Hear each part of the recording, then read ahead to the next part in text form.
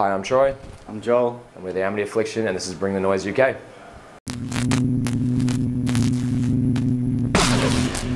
Ian Arnold from Bringthenoiseuk.com here with Amity Affliction. How's it going, guys? Great. So you've just played London Islington Academy. How did you find it? Fucking amazing. It was wild. Am I allowed to swear? Yeah, Maybe because swear. we've done worse. It was fucking wild. Yeah, It was great. Did you expect the reaction you got? Was it a bit of a surprise? You can't expect, like when you travel that far, you expect nothing. So when you get something, it seems really overwhelming, and that was just mind blowing. So we're all gonna have a great night now. Yeah. On site. So the last time you were here was the same venue with We're the Ocean. Yeah. Any plans on touring with the guys again? Because I know you guys more or less took them out in Australia. Nope. No. No. We like them. We like them, but it's been there, done that. Music politics stuff. Yeah. Indiscretions that aren't worth bothering about. So I guess there's just so many bands that we could tour with and make friends with. I don't think touring with the same bands is really growing as a band. Is there any bands? What would be the dream band you'd like to support?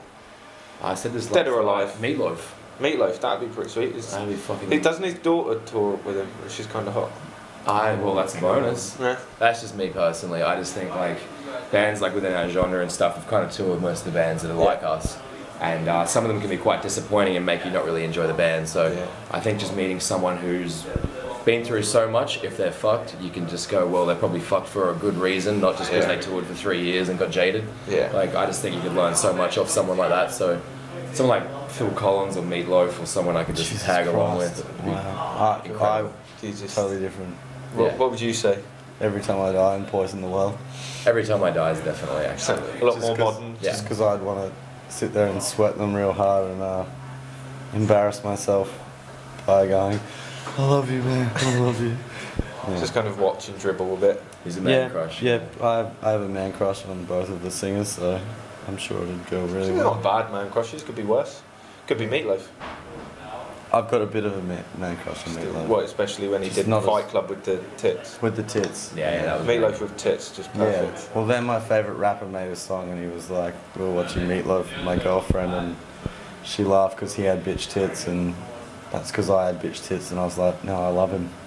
Meatloaf. Now there's pure love. Yeah. So you've got album Youngbloods out. How do you feel about the album? Ready to let everyone know about it?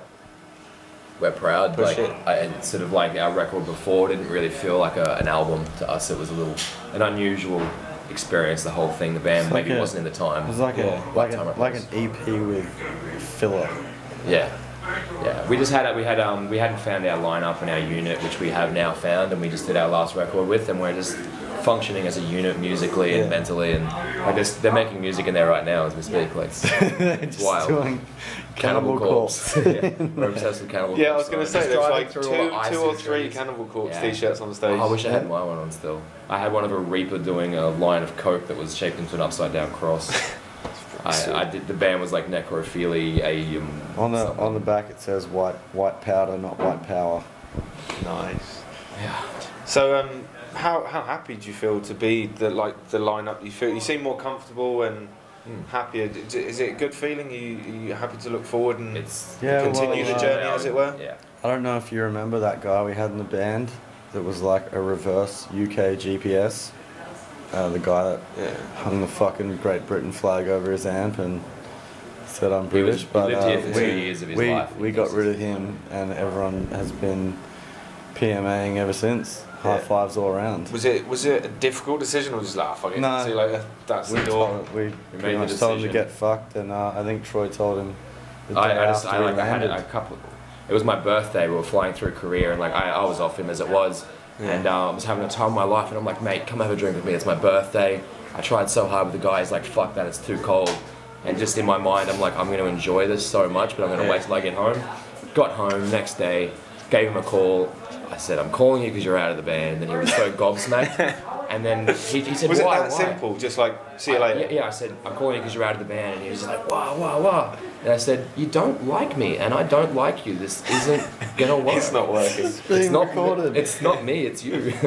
Kind of thing. But in the end, he's a Desmond, and we have Clint, who's now one of our best friends. Like, our band is the only friends that we have half the time. So you've found your your unit, as it were. Our unicorn or whatever we were looking for. But yeah, like it shows in everything, whether it just be hanging out, playing a show, writing a song.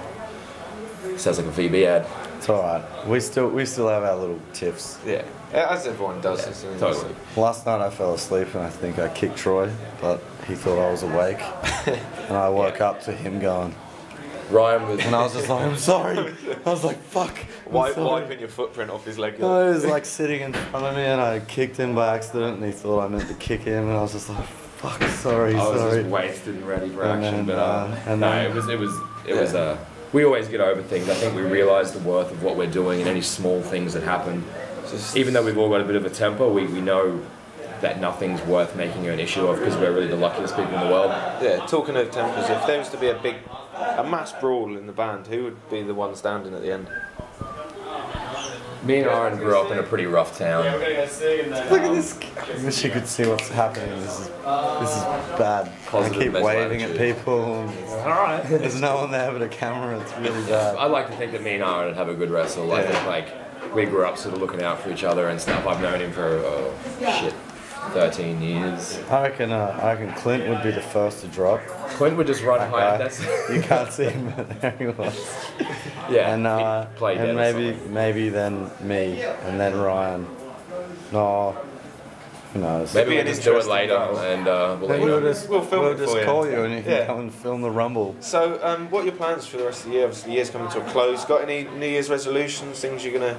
Any boxes you want ticked? I think New Year's resolutions are the biggest bag of dicks. No one You can say, I'm going to give up smoking and drinking, and then sit down with a beer and a cigarette, and I'll never ever get drunk. I mean sober. Never again. I'm drunk right now. No, I think we've got plenty to work towards and stuff, and like making resolutions is nothing. We know what we need to do. Yeah, but the worst thing about it is every time we've made a band decision, this is our next goal, we get there and then we're like, what the fuck do we do now? Yeah. Like, so I don't think we bother anymore. It's just like, now we just worry about when we will record the next record. Yeah. And then when it comes to that record, we'll worry about writing the songs and then... Because you've achieved quite a lot, have you ever set yourself a goal and gone, hold on, that was kind of easy? Yeah, we've hit them all. At least that we need to aim higher. No, we've hit them all. I don't even know anymore. Yeah. Now I just go on tour. Just do what you're doing and roll with it. Yeah. Alright, awesome. Well, thanks for your time, guys. Thank you.